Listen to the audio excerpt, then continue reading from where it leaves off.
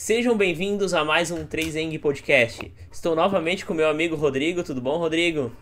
Tudo certo, Guilherme? Vamos para mais um episódio aí. Vamos para mais um episódio e no dia de hoje nós estamos com um convidado especial.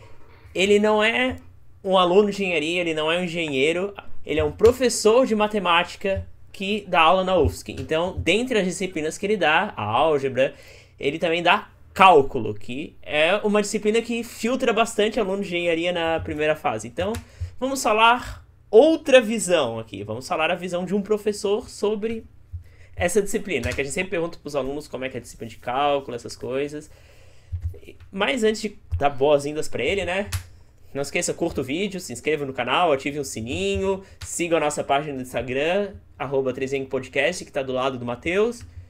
E se tiver alguma pergunta pra ele, mande no Instagram, mande aqui nos comentários. E é isso. Tudo bom, Matheus? E aí, pessoal, tudo bem? Tudo bem, Rodrigo? Tudo bem, Guilherme? Obrigado por aceitarem me receber aqui. Eu sei que é controverso um professor de matemática que dá cálculo falar para um monte de engenheiros, mas vamos tentar. Sim, vai ser bem interessante. Eu até falei com o Matheus, né, que quando a gente estava ali combinando de fazer essa gravação, eu olhei lá no Instagram dele que ele tem uma visão assim de tentar deixar o estudo da matemática algo mais leve, né, Matheus? Então, vamos tentar trazer esse pensamento aí para quem estiver nos assistindo, para justamente deixar mais fácil aí para todo mundo, né? O problema hoje em dia é que cada vez é maior a distância da matemática que a gente vê no ensino médio para a matemática que a gente precisa saber para começar na faculdade, né? Então, o cálculo começa num nível sempre muito mais alto do que os alunos costumam ter. A gente tentou se fazer o pré-cálculo, agora o pré-cálculo voltou, não tem mais, né? Não tem mais o pré-cálculo na UFSC? Não, vai sair agora, né? Os cursos vão começar com cálculo 1 de novo e não vai ter mais a geometria analítica, ela foi separada em outros cálculos. O que aconteceu foi que o conteúdo de equações diferenciais que estava ali no cálculo 2 saiu e virou uma disciplina sozinha. Então agora as engenharias vão ter a disciplina de equações diferenciais separada. É o que salvava a galera do cálculo 3, era EDO, gente. Então vocês vão aumentar o índice de reprovação. Não, agora vai ter um pouco de geometria analítica no cálculo 2. O cálculo 2 ficou uma parte final do cálculo 1 saiu, a parte de integral, regra da substituição, integração por partes, eu acredito, foi para esse começo do cálculo 2. Se vê a parte um pouco de geometria analítica, a parte de retas no espaço, planos no espaço, cônicas. Se vê a parte de derivadas parciais, método de Lagrange e tudo mais. E esse é o cálculo 2. Aí o resto que era de EDO saiu e foi para a disciplina de EDO, né? E aí... Então, essa disciplina ela vai vir depois de cálculo 2 ou ela vai ser paralela a cálculo 2? Antes do 3. Eu acredito que ela é junto com o 3. Eu não tenho certeza absoluta, mas eu acho que ela é implementada junto com o cálculo 3. Então é cálculo 1, cálculo 2 e depois EDO. Na minha época era a cálculo A, B e C. Para engenharia sanitária e ambiental. Existia o cálculo 1, 2 e 3, mas era para outras engenharias. Uhum. E daí EDO era a parte final do cálculo C. Eu dei esse cálculo A. Eu já dei esse cálculo A. E era mais ou menos a mesma coisa, né? Que assim, antes o cálculo, ele tinha uma parte crucial de funções. Sim. No começo, agora não tem, né? Agora começa com limites já. Sério? Então, mas por que foi feito esse é o corte, problema, assim? né? Não acha que vai dar um salto muito maior dos alunos do ensino médio pro cálculo? Então, porque mas tinha revisão... Tinha se feito o corte porque tinha se colocado no pré-cálculo. Aí o pré-cálculo serviria para cobrir essa parte, mas aí agora não se querem mais não quer mais o pré-cálculo, né? A turma quer já começar no cálculo por motivos variados, né? E acho que o maior deles é para não, teoricamente, atrasar as outras disciplinas, né? Porque se você for esperar o aluno no segundo semestre aprender cálculo 1 para depois aprender e usar a derivada integral na física 1, vai jogando muito para frente o conhecimento, né? Eu não acho isso ruim, eu eu já falei muito no departamento, assim, eu achava a ideia do pré-cálculo muito, muito boa, de reforçar a base dos alunos, mas eu também achava que ela devia ser uma ideia transitória, por um período, porque eu acho que isso deveria ser passado para o ensino médio, né? E não mais para a faculdade, porque se a gente for ficar jogando tudo que o aluno não viu no ensino médio para a faculdade, vai chegar um momento que eu vou estar ensinando fração, ensinar o cara a somar fração.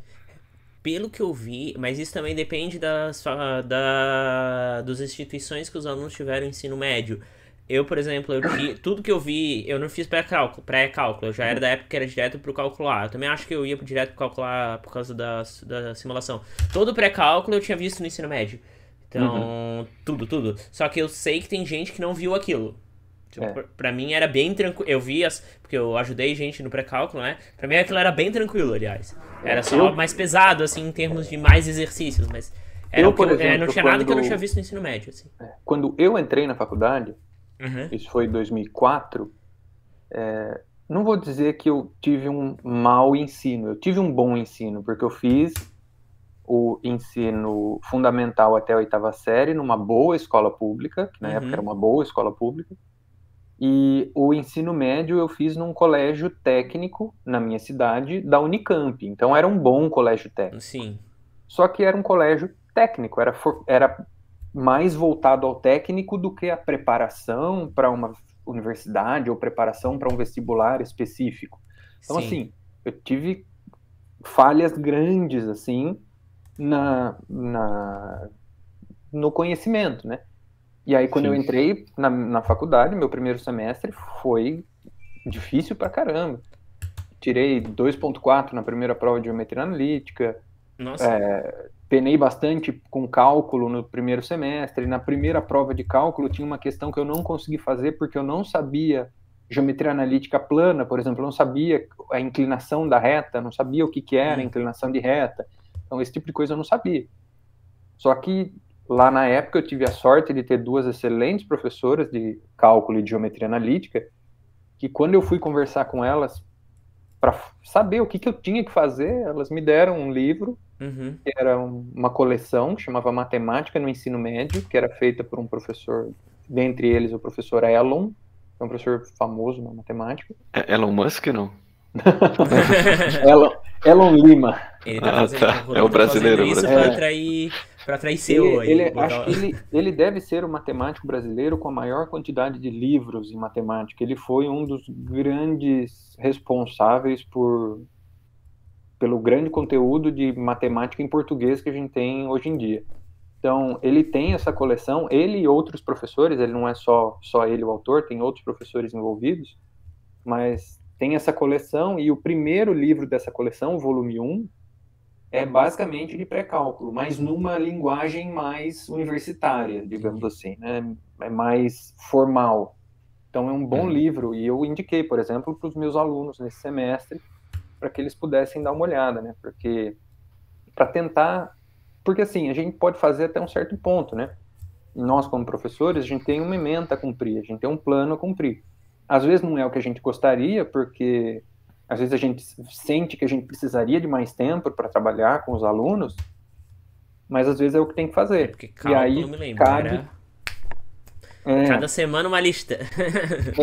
E cabe, nessas horas, infelizmente, cabe ao aluno tentar tapar os buracos. Eu posso indicar os caminhos, né? Tipo, eu indico os livros, tiro dúvidas, digo para eles que eu tiro dúvidas de coisas anteriores também, não tem problema nenhum, mas tem que ter o trabalho, né? Esse é o problema. E essa dificuldade que tu teve aí no início da graduação, lá em 2004, que tu falou agora, né? Era a graduação de matemática, né? Matemática aplicada, porque na USP, quando eu entrei, você entrava... Os vestibulares para matemática aplicada e para matemática eram separados. Então você tinha o vestibular para matemática aplicada e eram cursos diferentes também? Graduações diferentes? A gente entrava todo mundo junto, no mesmo bolo, mas é que tinham 50 vagas disponíveis para matemática aplicada, 50 ou 55, se eu não me engano, e outras 50 ou 55, se eu não me engano, para matemática, e aí entrava bacharelado e licenciatura. Tinha uma porcentagem que eu não lembro qual era, eu não lembro se era 30, 25, 25, 30, alguma coisa assim, mas tinham essas duas diferentes, né? Os alunos que entravam na matemática, eles tinham a opção de fazer, no final do segundo ano, tinha a opção do que eles iam fazer, de licenciatura ou bacharelado. Para quem entrava na matemática aplicada, a gente não tinha essa opção, mas lá na USP a gente tinha uma coisa lá em São Carlos, que foi onde eu fiz, tinha uma coisa que era chamada de ênfase. Você podia se formar em matemática aplicada com ênfase em alguma coisa. E na minha época tinha ênfase em estatística, ênfase em mecânica de fluidos e ênfase em... Não, eu acho que na minha época eram essas duas. Estatística e mecânica de fluidos. Agora, se eu não me engano, tem a ênfase em otimização também. Que quando eu entrei não tinha, mas agora eu acho que tem. Nossa, interessante. E antes dessa ênfase, vocês não tiveram nada sobre mecânica de fluido ou sobre estatística? Então, quando você decidia... Estatística, sim. Estatística deve ter, a né? matemática aplicada, todo mundo tinha. Todo mundo da matemática aplicada fazia probabilidade, que era uma disciplina de probabilidade, e uma disciplina de inferência estatística. Mas fluidos, tipo, mecânica dos fluidos é só se for fazer essa ênfase mesmo. Quando você escolher... Eu, por exemplo, tinha escolhido. No final, eu acabei não me formando com ênfase nenhuma, porque no meio do caminho eu percebi que eu gostava da matemática pura, então eu acabei não fazendo nenhuma ênfase e puxando mais disciplinas da matemática. Tinha essa opção também. De não fazer nenhuma ênfase. Mecânica dos fluidos usa muito cálculo vetorial, né? Que é o Eu cálculo fiz uma 3, não é? É. Isso. Atualmente, eu tô pensando na nomenclatura atual. Só Isso, Muito...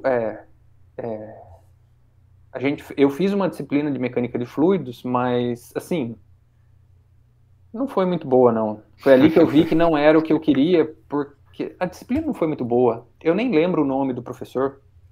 Não sei o nome do professor. Era um professor específico da engenharia. Uhum. Então, ele dava aula só de mecânica de fluidos. Eu fiz a disciplina, mas não tive prova, foi entrega de um trabalho, então assim, foi uma coisa cobrada meio assim, a gente acabou passando, mas eu não...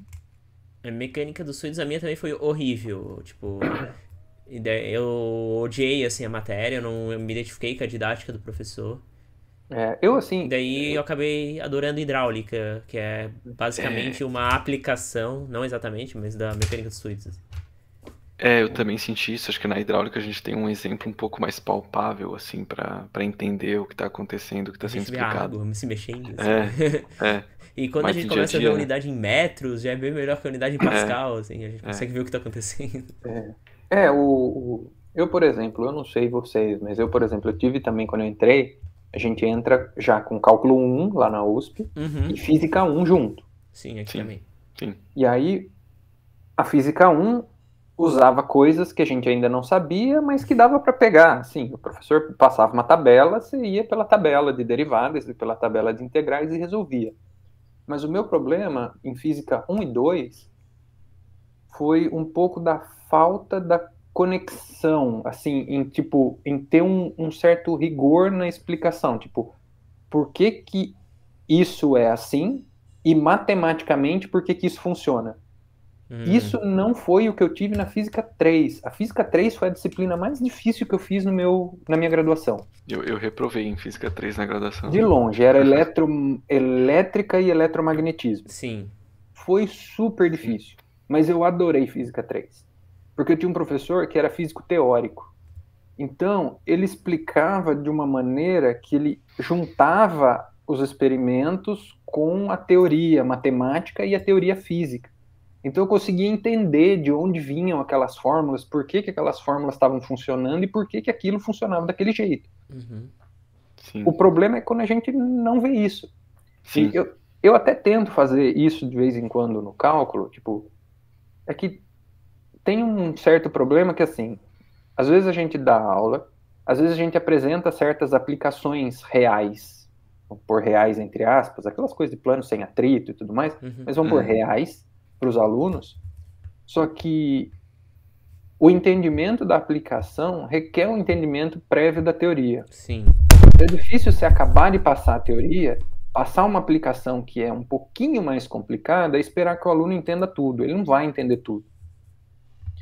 Então, e aí eu tento passar aplicações mais matemáticas, que são mais perto da teoria, para que o aluno consiga fazer essa conexão. Por exemplo, o exemplo agora, eu saí hoje de uma aula para a turma da elétrica, onde eu estava falando de máximos e mínimos. O objetivo é chegar em problemas de maximização, minimização, encontrar e usar a derivada para achar os pontos de máximo e mínimos de uma determinada função.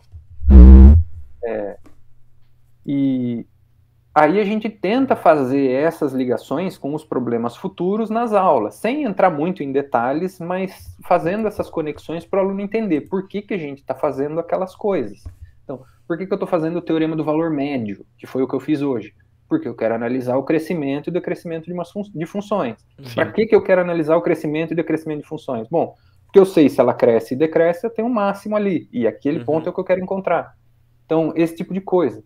E é isso que eu tento... Quando eu falei que você mencionou, Rodrigo, lá do Instagram, que é matemática um pouco sem sofrimento, talvez essa descrição seja mais um pouco para chamar a atenção, mas é tentar fazer a matemática mais compreensível, mais assim, uma coisa que você consiga olhar e dizer, é para isso que eu estou fazendo isso. Porque a maior crítica dos alunos e de outros professores, até da engenharia e tudo mais, com o cálculo, muitas das coisas que o aluno vê ali, ele não vai usar. Sim. Então, a gente tenta mostrar as coisas que se usa. Se ele vai usar especificamente na área dele ou não, eu não sei. Mas a gente mostra. Mas mais ainda é usar aquilo para desenvolver lógica, para desenvolver pensamento, né? Para que o aluno consiga pensar. E esse é o principal problema nos alunos que entram. Porque eles vêm de um ensino muito focado em resolver coisas.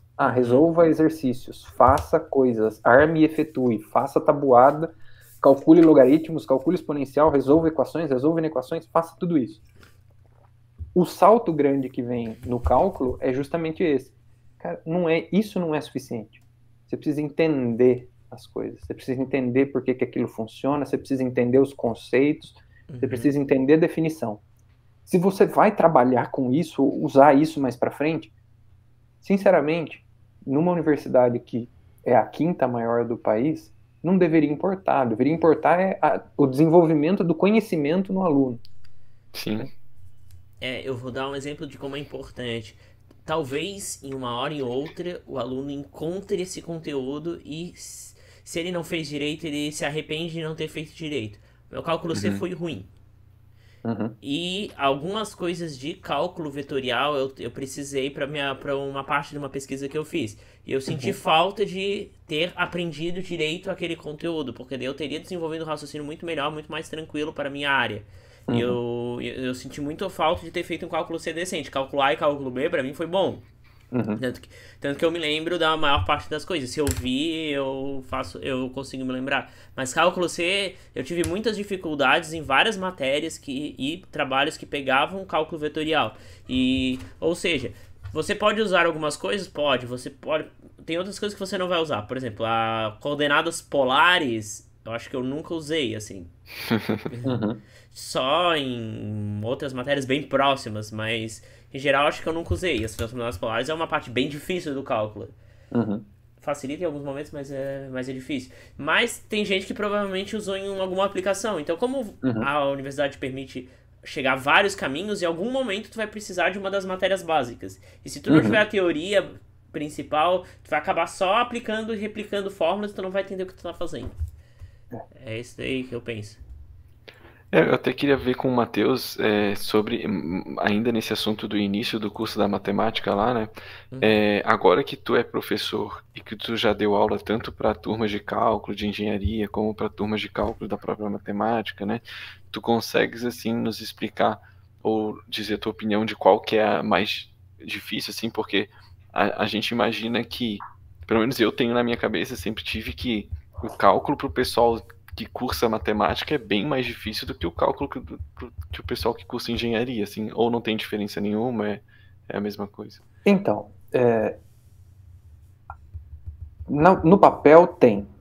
Para começar o cálculo para matemática é dado numa fase já mais até um pouco mais para frente, que o aluno tem outras disciplinas antes. O cálculo 1 não começa na primeira fase. Não é na primeira fase, não. E tem mais créditos, então você consegue 6, né, trabalhar mais. Mas assim, isso é o que existe, né? Aí tem a minha opinião pessoal, que tem outros professores que eu sei que discordam de mim, e tudo bem, cada um tem a sua visão, mas para mim, eu acho que deveria ser tudo igual. O cálculo, porque assim, o aluno da matemática, ele vai ver conteúdos de cálculo mais avançados em análise real, por exemplo. Ele vai estudar de novo as mesmas noções de limites, de derivada, integral, em outras disciplinas mais à frente, de maneira mais teórica, focando mais nas demonstrações, nas definições. Mas eu acho parte importante da formação saber fazer as contas. Não só saber teoricamente como os conceitos funcionam, mas você precisa também saber fazer as contas. E eu funciono melhor assim, eu olho alguma coisa, eu entendo como ela funciona pela primeira vez, por exemplo. Vou fazer alguma coisa pela primeira vez. Eu entendo na diagonal como aquilo funciona, vou lá e vejo se eu consigo reproduzir, vejo se eu consigo usar, vejo se eu consigo fazer. Aí, uma vez que eu entenda como a conta funciona, aí eu entro em mais detalhes e vejo como a teoria daquilo funciona. Eu acho que assim funcionaria bem também para os alunos da matemática. Ter um cálculo mais de cálculo mesmo. O próprio nome mesmo é cálculo. Então, ter um cálculo com mais contas, com mais aprender a fazer. Né? Calcular aquelas integrais grandes com números, um monte de coisa assim.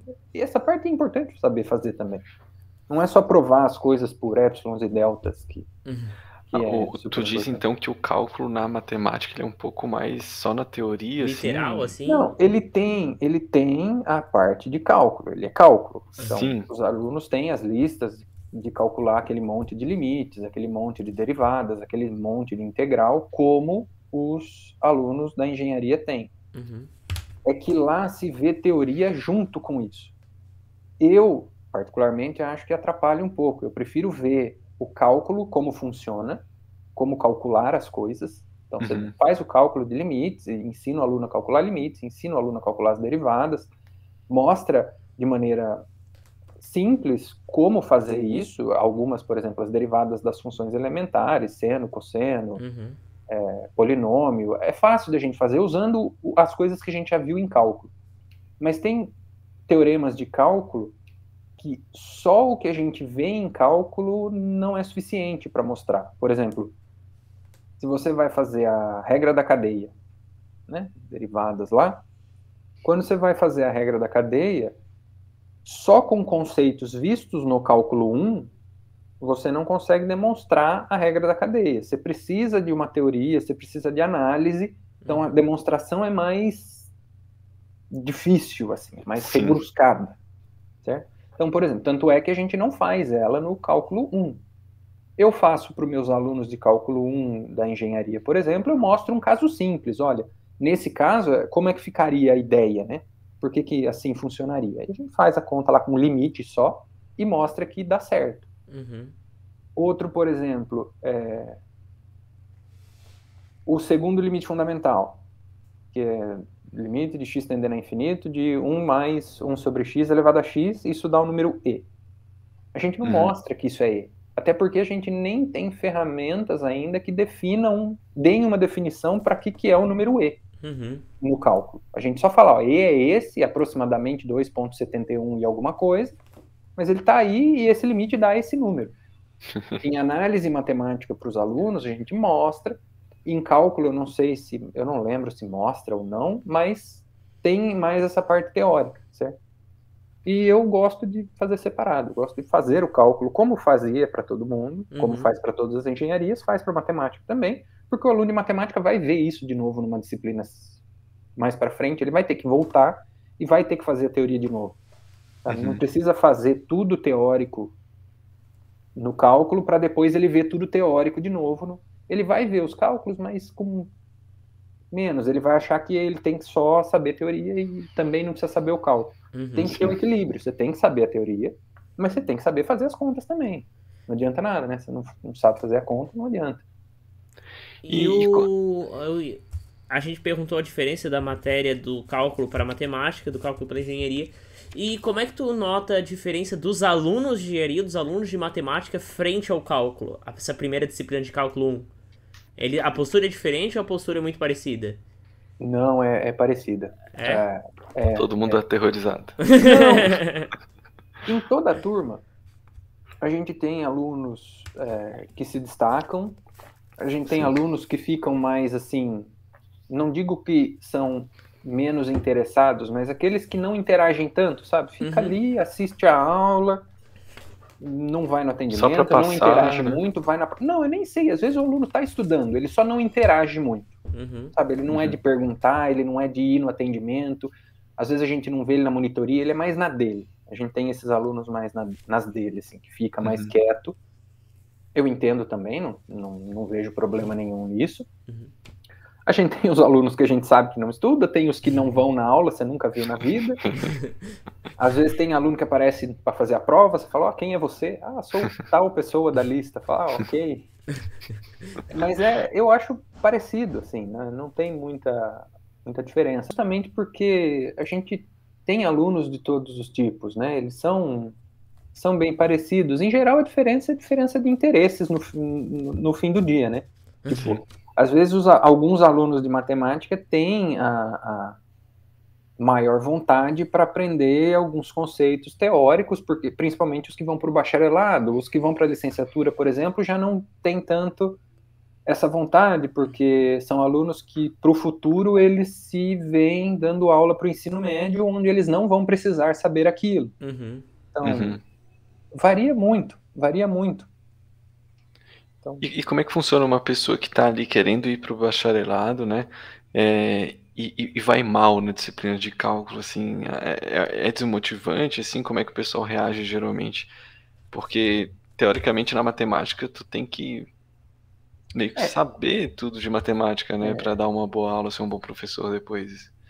Ninguém gosta de ir mal, né? Independente, porque, assim, mesmo aquele aluno que já reprovou várias vezes, e seja de matemática, seja de engenharia, se você perguntar para ele se ele está feliz com aquele histórico, ele não vai estar feliz, ele vai estar triste. Às vezes ele pode ser uma pessoa que deixou de se importar completamente e já falou, já a vida é assim e pronto. Mas ele nunca vai estar contente com aquele resultado.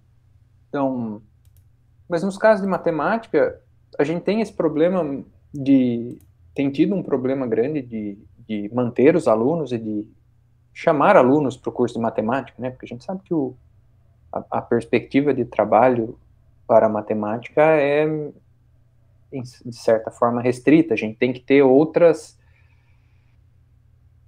chamarizes para os alunos, né? Tem muitos alunos de matemática agora, e até colegas meus que se formaram, que estão trabalhando em outras áreas, né? De ciência de dados e tudo mais, usando a matemática que eles aprenderam, né?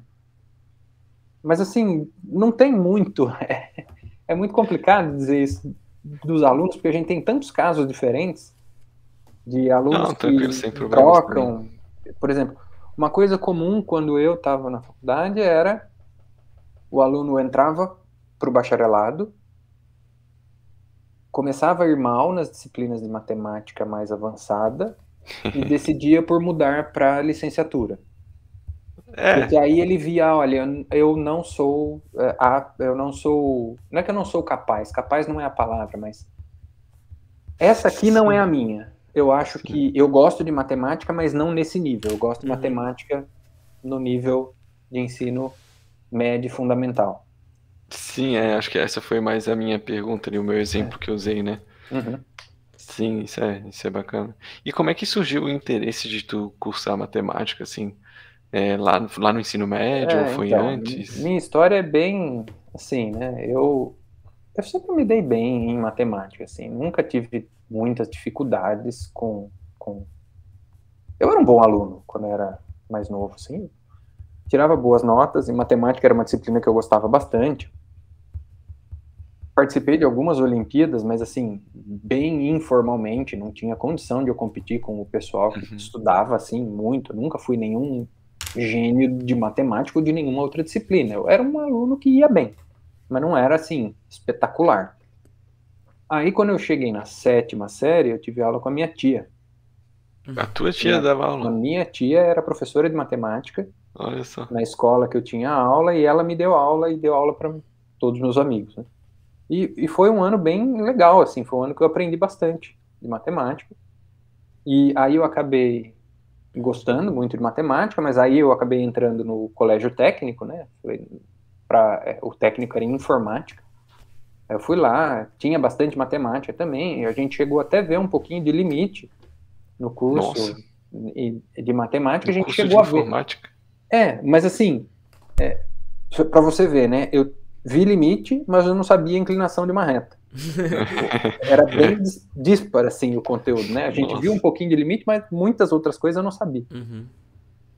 E aí era o seguinte, eu acabei virando monitor de matemática e física. Física, eu nem sei como eu virei monitor, mas eu virei. Na época eu sabia física, hoje eu não sei mais nada. Mas assim, eu acabei virando monitor. E nesse colégio técnico da Unicamp. E como monitor, nós ganhamos no final do curso, no 3º ano, a gente ganhou a inscrição para o vestibular da Unicamp e ganhou a inscrição para a FUVEST, que era o vestibular da USP. Então eu ganhei a inscrição. Eu só precisava escolher um curso. Como assim? Não teve vestibular? Não, eu ganhei eu ganhei o valor. Eu não tive que pagar a taxa da inscrição. Sim. Para fazer o vestibular. Tá. Vestibular. Sim, eu não tive que pagar a inscrição. Sim. Aí, como eu não tinha que pagar, a ideia minha não era essa. A ideia minha era fazer o estágio do técnico para eu ganhar o diploma do técnico, fazer cursinho e daí prestar uma universidade. Então, esse era o plano. Mas eu ganhei essas inscrições. Aí eu falei, bom, vou prestar, né? Aí eu falei, eu vou prestar um curso que eu acho que eu me daria bem, eu vou prestar matemática na Unicamp, que era o cursão na época, era matemática aplicada, matemática e física. Aí você entrava, fazia um tronco comum e depois você podia escolher qual desses você queria. Sim. E prestei a FUVEST, em matemática aplicada, lá em São Carlos, que era perto da minha cidade natal, que é Limeira, em São Paulo, 1 hora ali.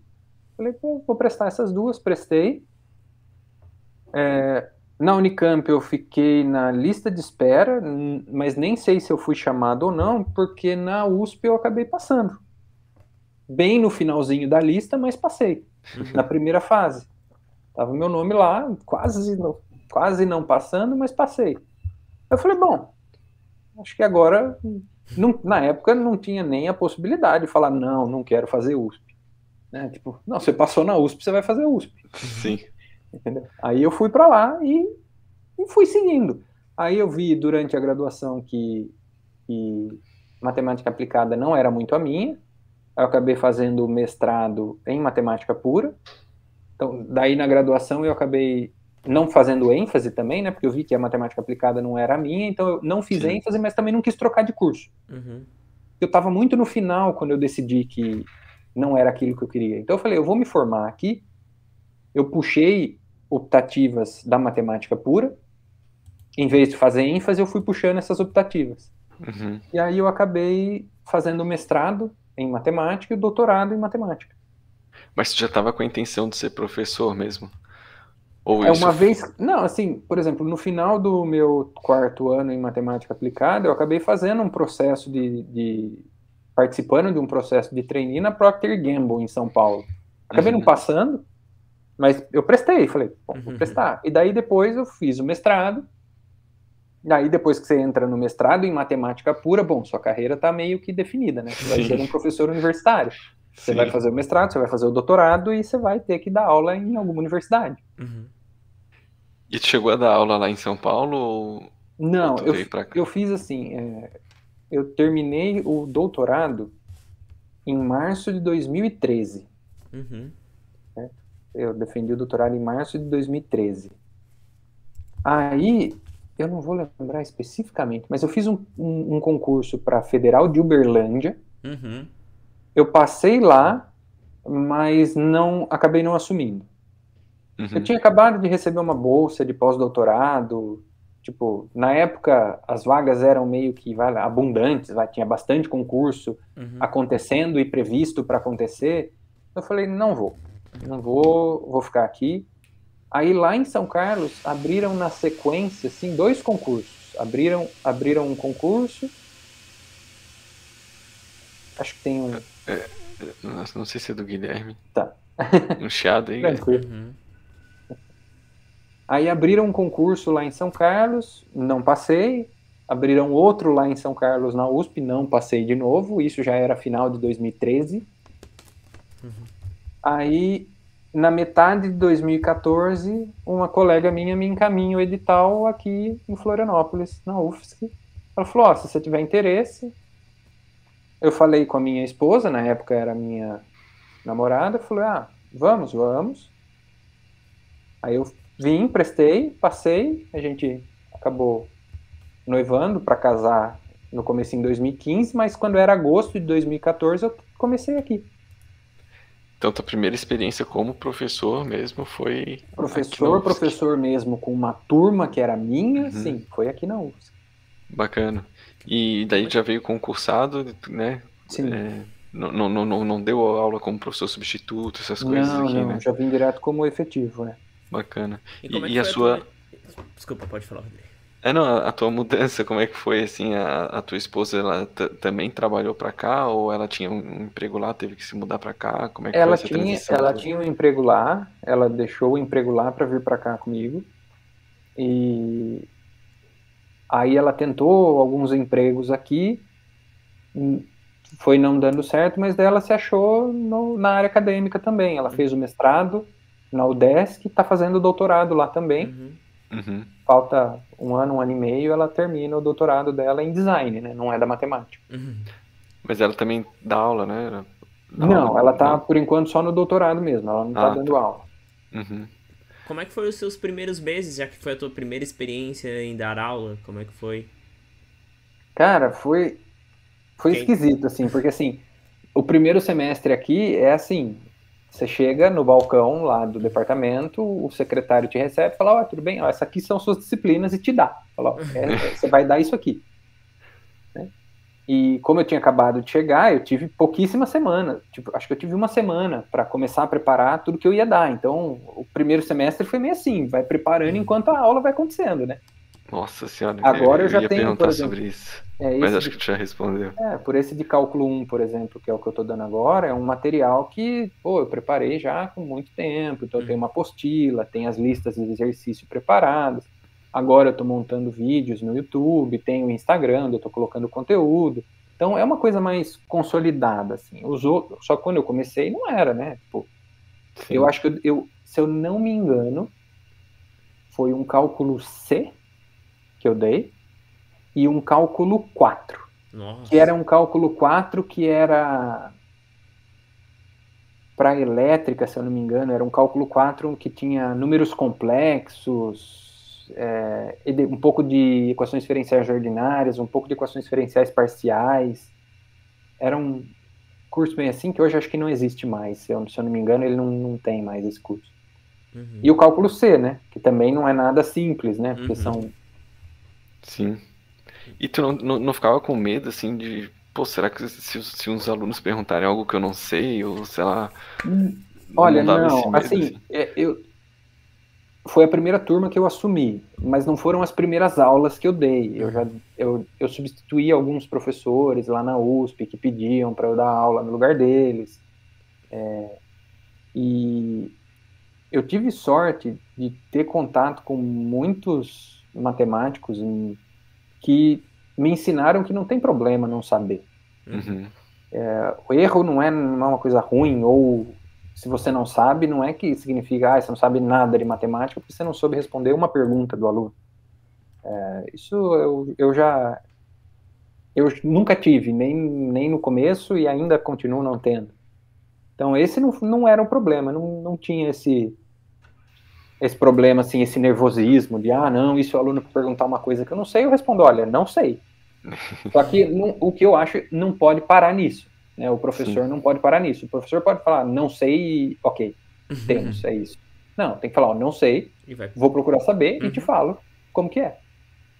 E aí eu ia atrás, os alunos perguntavam coisas, eu não sabia, e eu ia ver, falar, ó, não sei te responder isso agora, vou ver, vou estudar mais e vou saber, e aí eu sei te responder.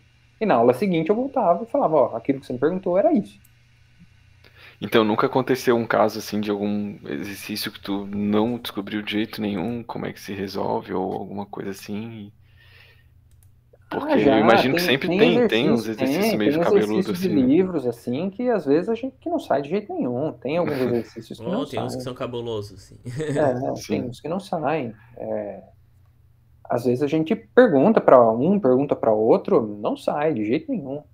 Eu dei uma disciplina no doutorado, esses tempos atrás, e aconteceu uma coisa parecida. Tinha um exercício numa lista que eu tinha proposta lá, porque era um exercício que eu copiei de um professor que copiou de um livro. E aí tinha na lista dele, eu falei, acho que esse exercício parece interessante, mas eu acabei só colocando e não fui tentar eu mesmo resolver. Eu olhei e falei, parece simples. Até hoje eu não sei resolver. Ninguém da turma conseguiu, eu não sei. Perguntei para esse professor que copiou do livro, ele também não sabe. O autor do livro já faleceu, então não é uma opção para perguntar. Então, não sei, tá aí. Eu vira e mexe, eu olho para ele aqui e eu falo, vou tentar resolver ele. Não sai de jeito nenhum. Você acha que nessas cópias dados foram perdidos, né? Talvez. Pode ser. Pode ser. Porque às vezes faltou uma coisinha assim, uma informação, e isso é essencial para resolver as listas. Tem muita gente que fala assim que na matemática o professor ensina ali 1 mais 1 igual a 2 e chega na prova cobra, né, uma equação absurda assim, né? Tu também tem essa percepção assim, na prova realmente tem que pegar um nível um pouco mais acima assim, ou não, tu mantém o mesmo nível das aulas, dos exercícios e tal? A minha percepção não é essa, mas acho que muita coisa se perde na tradução. Porque assim, como eu falei, a diferença do aluno que vai bem e vai, digamos assim, sem sofrimento no cálculo, é o aluno que entende que o estudo passa por entender primeiro a teoria e o conteúdo. E aí ele vai para os exercícios para consolidar o conteúdo que ele aprendeu. Sim. A grande maioria faz o contrário. Pega a lista e a cada exercício vai na teoria para ver mais ou menos o que ele precisa para resolver aquele exercício.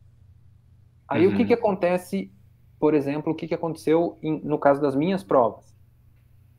Eu ponho exercícios que são muito parecidos. Eu copio o exercício e troco algumas informações só. Troco uma função, troco um número, troco alguma coisa. Os exercícios são parecidos, eu só troco algumas coisas. E o aluno não consegue resolver.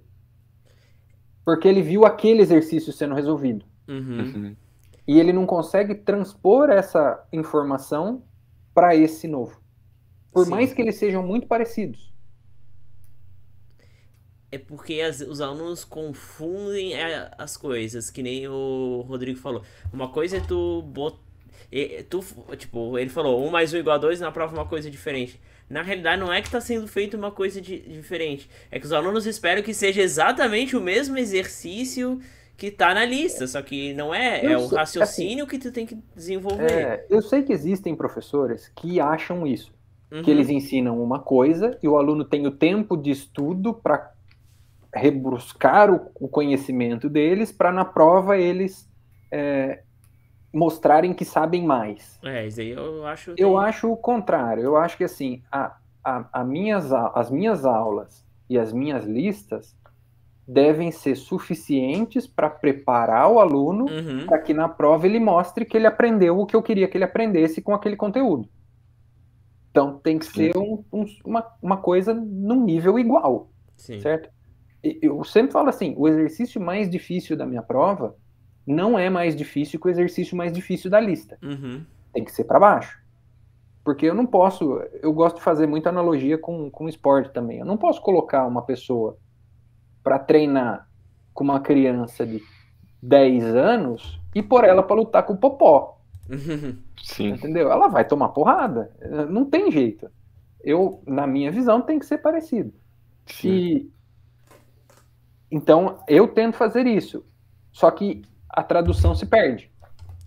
Porque o aluno acha que se ele fizer toda a lista só faz a lista e pôr um risquinho do lado de cada exercício que ele resolveu, quando ele completou a lista, acabou ali, ele pode se dar muito mal.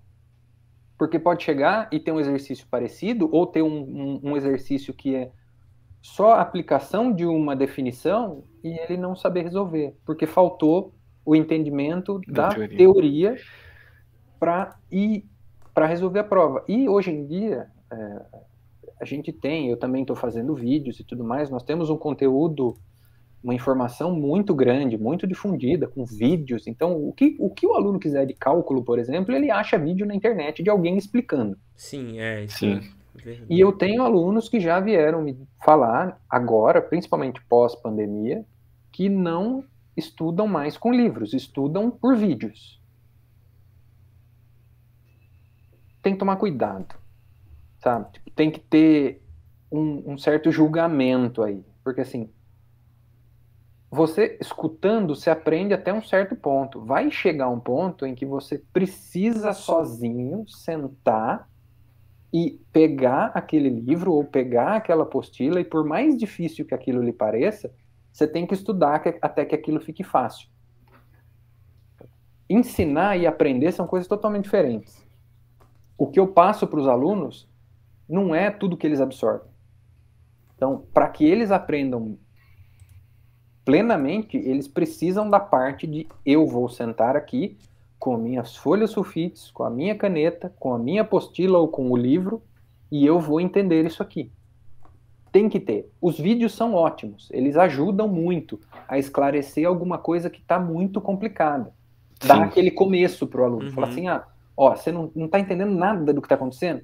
Veja um vídeo. Sim. Acho que eu estou entendendo o que está acontecendo? Beleza, é hora de fechar o vídeo e eu tentar fazer por conta. Eu tentar estudar, eu tentar entender.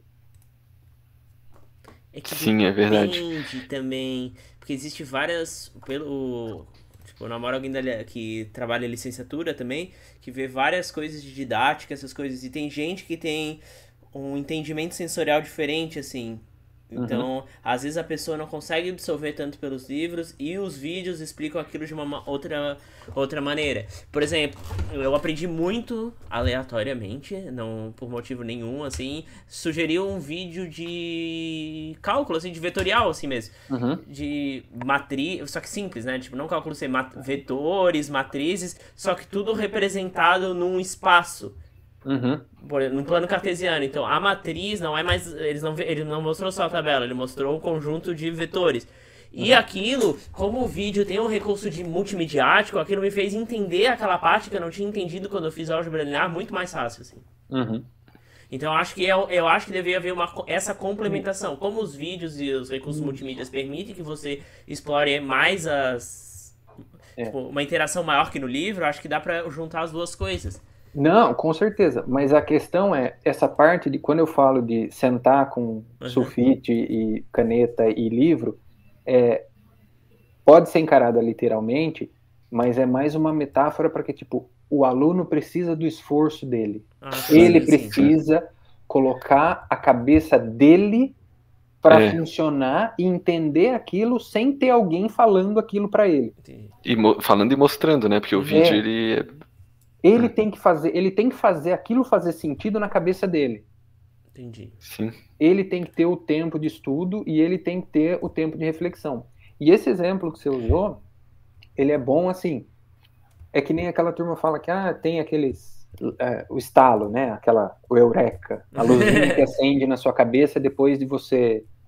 Fala assim, não, só você não pensar que vai dar aquele estalo. Isso que você teve com esse entendimento, com o vídeo, você pode ter certeza que não aconteceria se você, na época de álgebra linear, não tivesse estudado. Sim. Você estudou lá. Você não teve uma compreensão completa, mas você sabia mais ou menos como as coisas funcionavam. E aí agora, com o vídeo falou, não, é isso.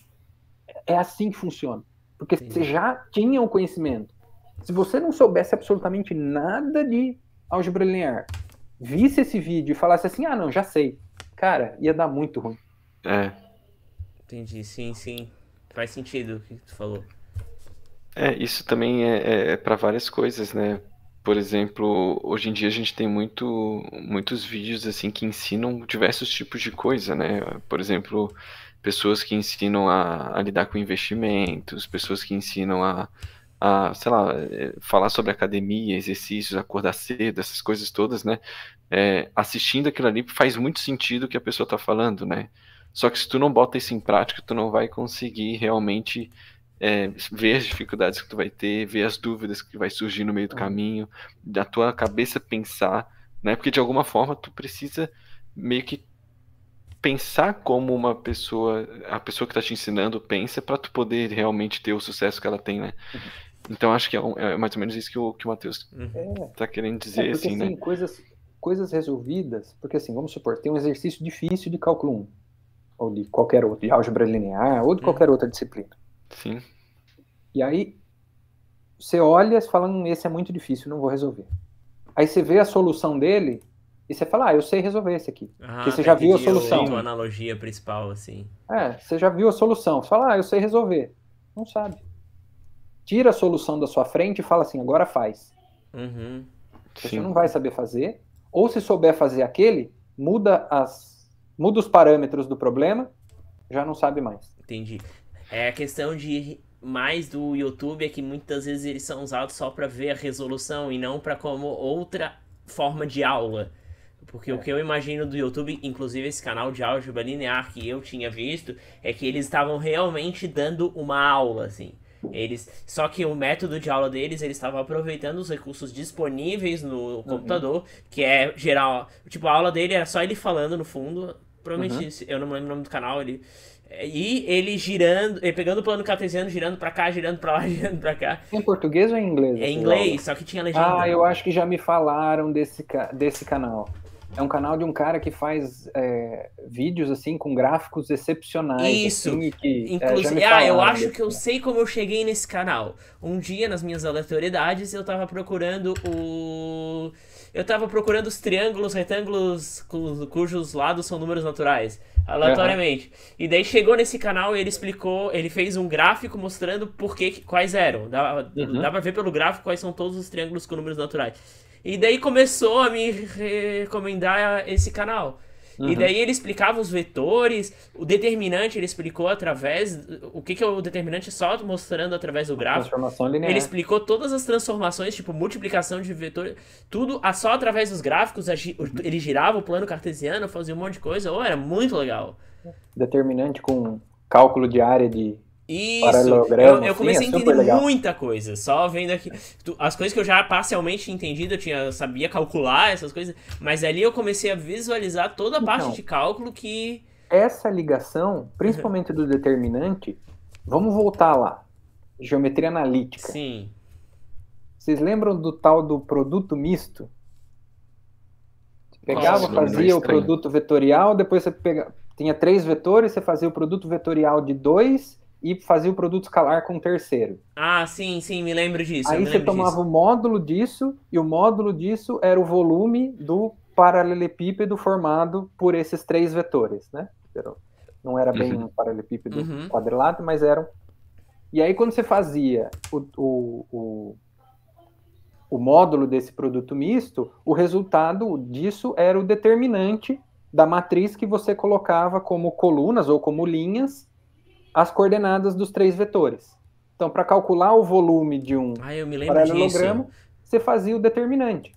Mas se em 3 dimensões funciona para volume, por que em 2 não funciona para área? Funciona. Sim. E, na verdade, é por isso que funciona para o volume, porque em 2 dimensões funciona para área. Pois é, a gente aprende...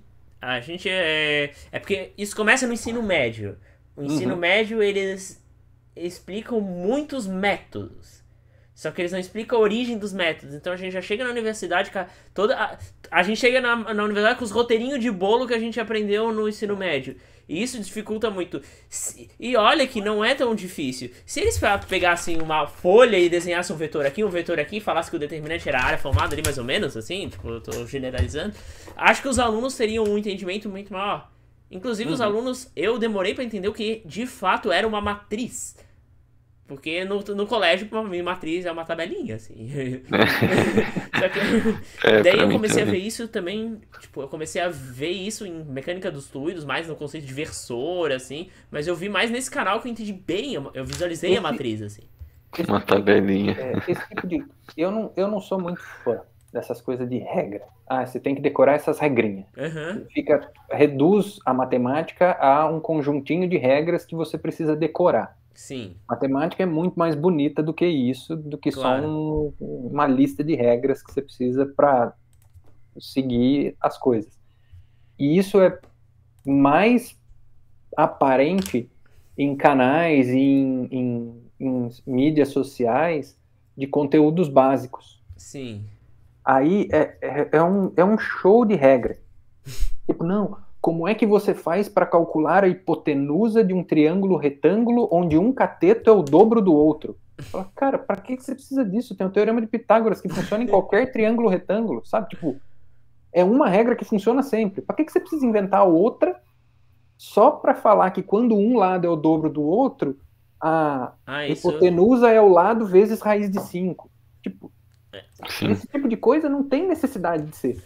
Uma vez, só dando um exemplo, eu tive aula de física, né? No ensino médio, meu professor era muito bom, ele é muito bom mesmo. E daí a gente tava aprendendo lançamento oblíquo e lançamento horizontal. E daí tinha uma folha, assim, uma página só explicando como calcular a velocidade, fórmula direta, velocidade do lançamento oblíquo, tal. Ele falou, peguem essa folha e risquem. Vocês só vão aprender regras idiotas. Ele explicou pra gente como chegar a cada um daqueles resultados. O que pra mim foi muito mais... Eu sei lançamento horizontal, lançamento oblíquo até hoje, porque eu aprendi a raiz de tudo. E aí você tocou no principal ponto de por que a gente ensina o cálculo da maneira que a gente ensina. O que adianta pro aluno saber que a derivada do arco tangente é 1 sobre 1 mais x quadrado se ele não souber chegar na derivada? Portanto que eu não lembro até como é que é. Tudo bem que hoje em dia a gente tem informação aonde ele quiser, então ele pode abrir o celular e colocar qual que é a derivada do arco tangente que vai sair a resposta. Mas, tipo, não é muito mais interessante você saber o raciocínio lógico necessário para chegar na resposta por você mesmo? Para mim isso é muito mais gratificante. Claro. Você saber fazer as coisas por você, você entender o conceito e por que aquilo funciona. Esse é o ponto, entendeu? É esse o nível de estudo e o nível de entendimento que os alunos precisam querer ter no cálculo, e não simplesmente resolver lista e fazer, ok. Eu percebi muito isso durante a graduação. Acho que no colégio eu não tinha tanta essa noção, mas durante a graduação eu percebi essa questão de entender a teoria antes de fazer os exercícios, porque os exercícios, né, a lista nada mais são do que exercícios para tu fixar o que tu aprendeu na teoria, né? Para tu ver que realmente a teoria faz sentido, para ver que realmente fixando aquilo ali vai ficar ainda mais até porque, fixo, né, na cabeça. Até porque fixando aquilo ali que os exercícios, é isso que eu falo para os alunos. Os exercícios, cada exercício individualmente não é importante. Sim. Cada exercício, tipo, você saber resolver aquele limite específico, você saber calcular aquela transformação linear específica, não é importante. A teoria é importante. Você saber o porquê que aquelas coisas funcionam do jeito que elas funcionam. Isso é importante. O que adianta você saber calcular um limite gigantesco se você não sabe o que é o limite? Para que serve? Para que ele usa? Não adianta. Entendeu? É essa visão que falta.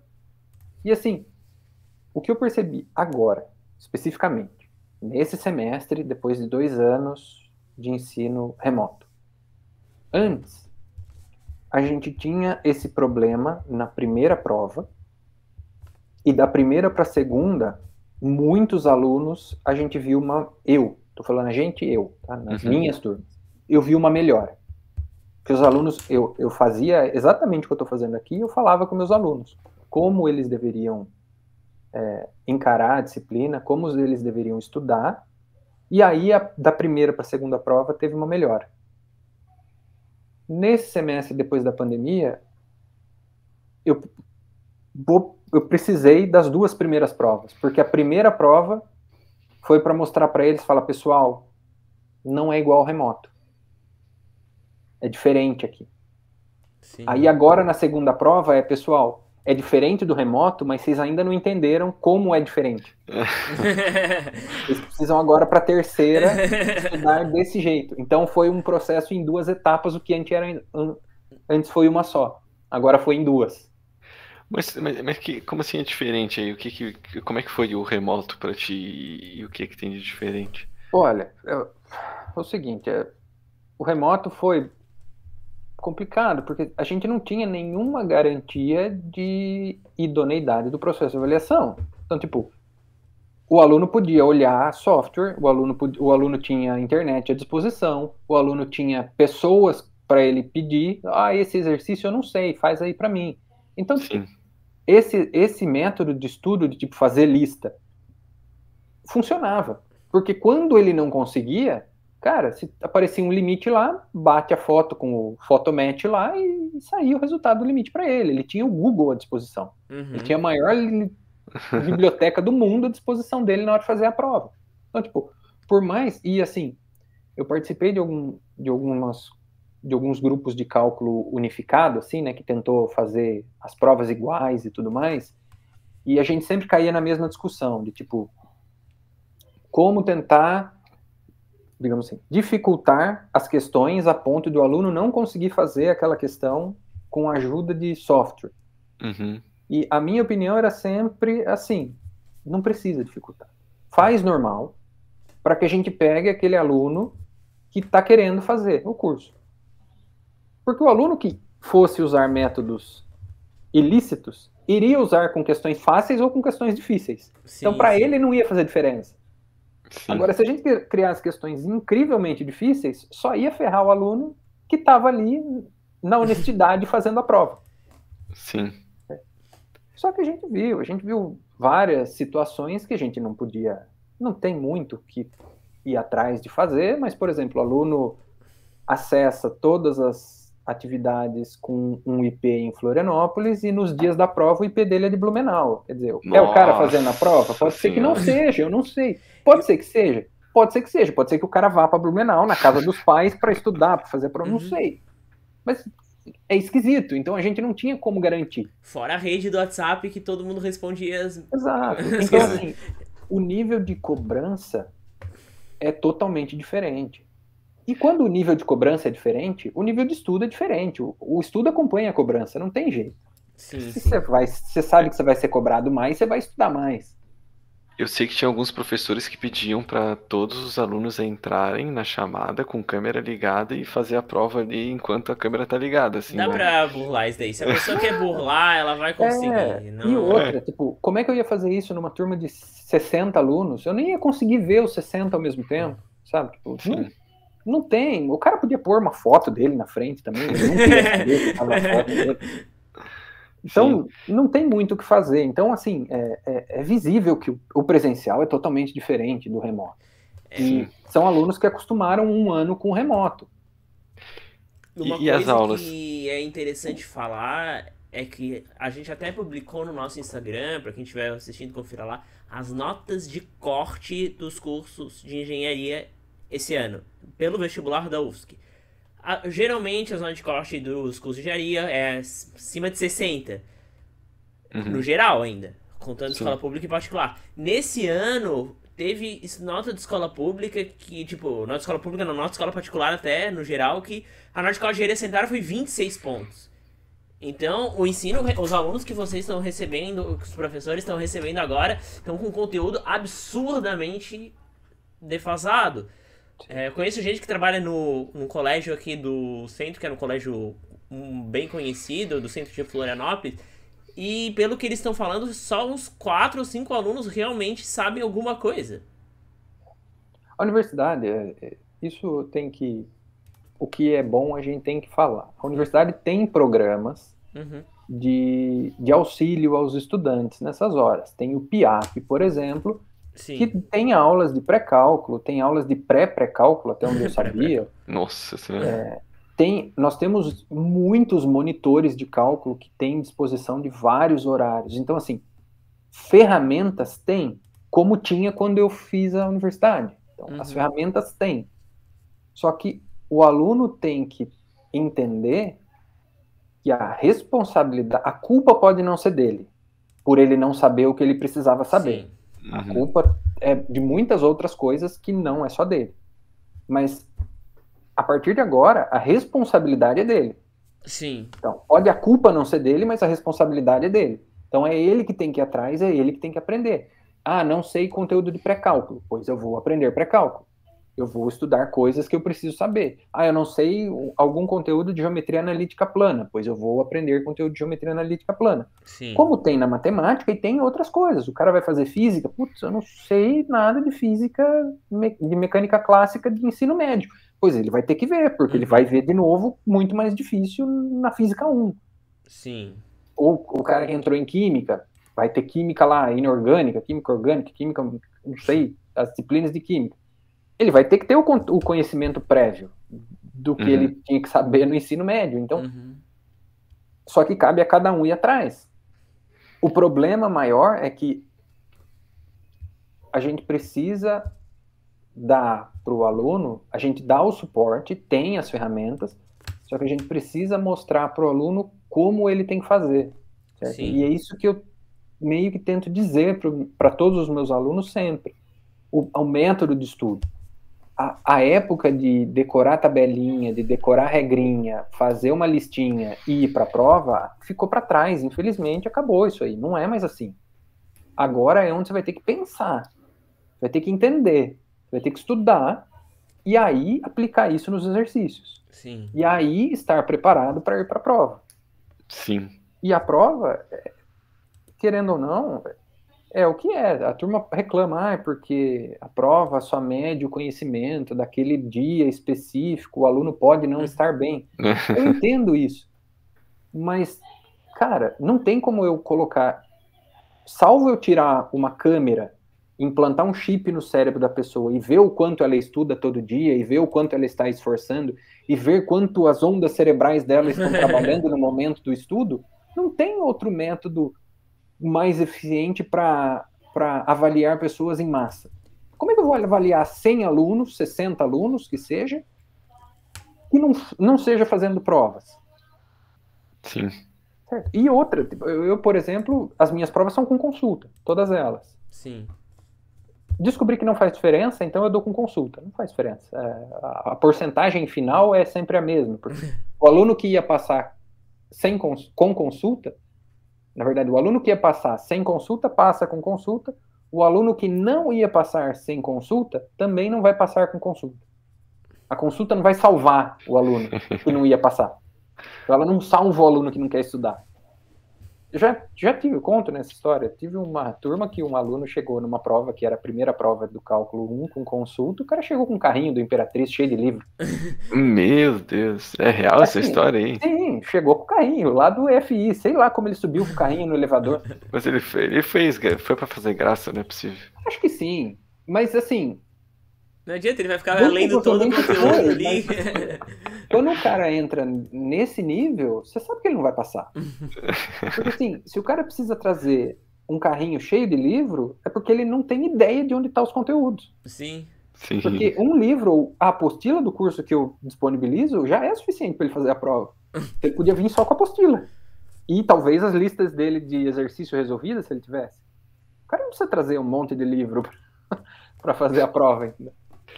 E só por curiosidade, esse aluno aí passou naquela época? Não passou. Não passou? Nem chegou a concluir o curso. Nossa. Ele fez assim e depois desistiu. É, porque geralmente, quando a prova vem com consulta, essas provas de derivados da matemática e física, o certo não é tu levar tudo, o certo é tu só Tipo, tu tem que entender o conteúdo por si só, tu não vai aprender o conteúdo na hora, o certo é só tu levar, tipo, alguma coisa, por exemplo, uma fórmula específica, uma metodologia. A consulta, ela ajuda o aluno, assim, às vezes ele tá fazendo uma prova, putz, como é que era seno da soma mesmo? Seno de A mais B, como é que era isso mesmo? Eu lembro que tinha uma soma, mas eu não lembro a ordem. Aí o cara vai lá, olha e fala, não, era assim mesmo. É, porque, por exemplo, a tabela... Qual era aquela tabela depois de EDO? Tu tem uma tabela de... transformada de Laplace, né? Laplace, tabela de Laplace. E daí tu... tu aprende a fazer todas aquelas, mas às vezes na prova tu tem que aplicar, tu não vai ficar deduzindo todas elas de novo. Então aquilo lá é mais pra tu ajudar, porque o objetivo da questão não é tu deduzir. Apesar de tu ter... É aplicar aquelas Sim, transformadas eu pra acho resolver uma equação. é isso que tem que ser, assim. Tu não vai aprender nada na prova, então não adianta tu levar o conteúdo. Não adianta. E como é que foram as aulas no não é home office, como é que é? Remoto, Ensino à distância, remoto. né? Remoto. Porque as aulas de cálculo geralmente é o professor com o giz ali no quadro fazendo os exercícios, ou às vezes desenhando algum gráfico, né? Então, E foi por slides mesmo? Como é que foi isso? Deve ter sido complicado, né? Assim, o primeiro ano do remoto, que foi 2020, né? Eu Sim. estava só com turmas de doutorado. Então, eu estava com 2 turmas de doutorado, então eu acabei não dando aula na graduação. Aí no outro semestre eu acabei pegando uma de cálculo, e no outro semestre eu acabei pegando outra de cálculo, porque eu misturei com disciplinas do doutorado que eu estava dando aula também. O que eu fiz foi o seguinte, é igual eu faço basicamente nos vídeos que eu tenho no YouTube. Eu comprei a lozinha, a mesinha digitalizadora, a mesinha digital, plugo no computador, compartilhava a minha tela no Google e eu fazia as coisas.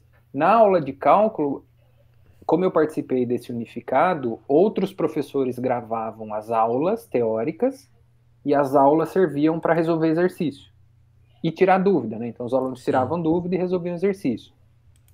Mas assim, eu tive ótimos alunos da graduação, das engenharias, no cálculo remoto, mas eu não gostei nem um pouco.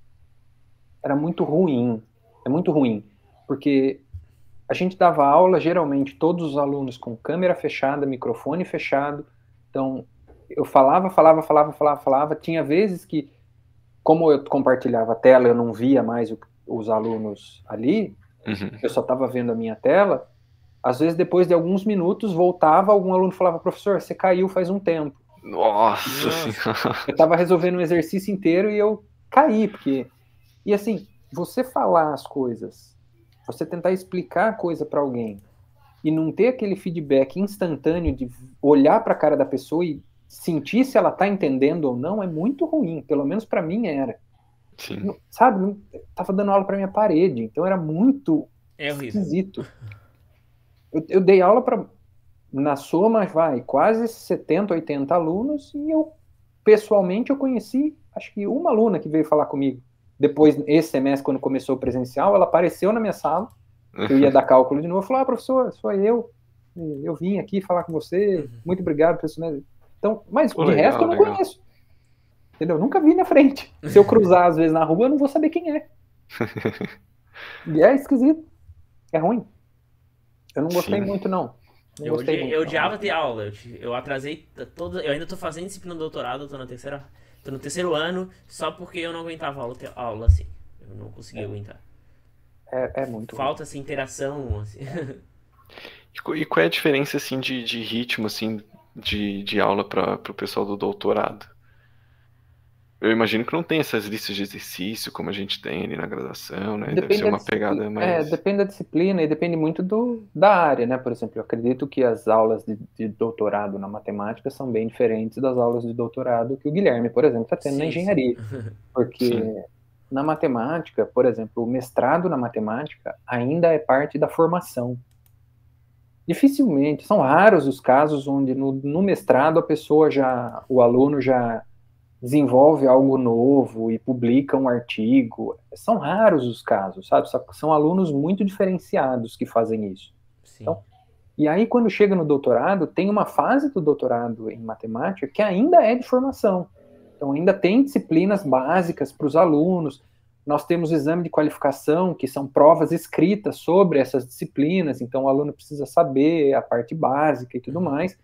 E aí, quando ele vai fazer a tese, aí a gente abre uma disciplina ou outra específica para que o aluno precisa, e aí já não tem mais prova, já não tem mais lista de exercício. Aí o aluno está fazendo a disciplina para aprender aquilo que ele vai precisar para a tese dele. Então, não tem brincadeira mais, né? Tipo, o aluno tem que aprender aquilo lá na marra. Sim.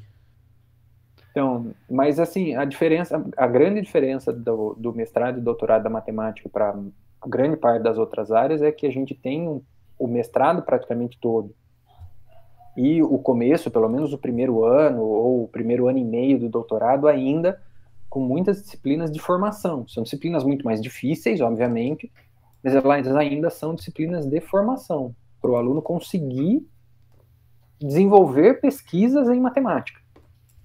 E o interesse e a concentração deve ser bem maior, né? Dos alunos, assim, né? Em geral, nas disciplinas, E isso realmente é bom, assim, pro professor? Ajuda? Isso Sim, dá uma satisfação a mais pro sem dúvida professor? nenhuma. A preparação...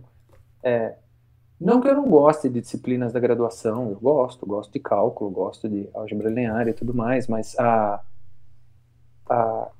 essa troca, e como as disciplinas são mais difíceis, até a gente acaba aprendendo também muito mais a cada vez que a gente prepara as disciplinas, né?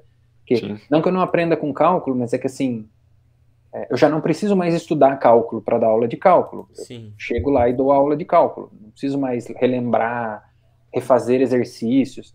Nessas disciplinas de doutorado, não. Eu preciso estudar as aulas, eu preciso...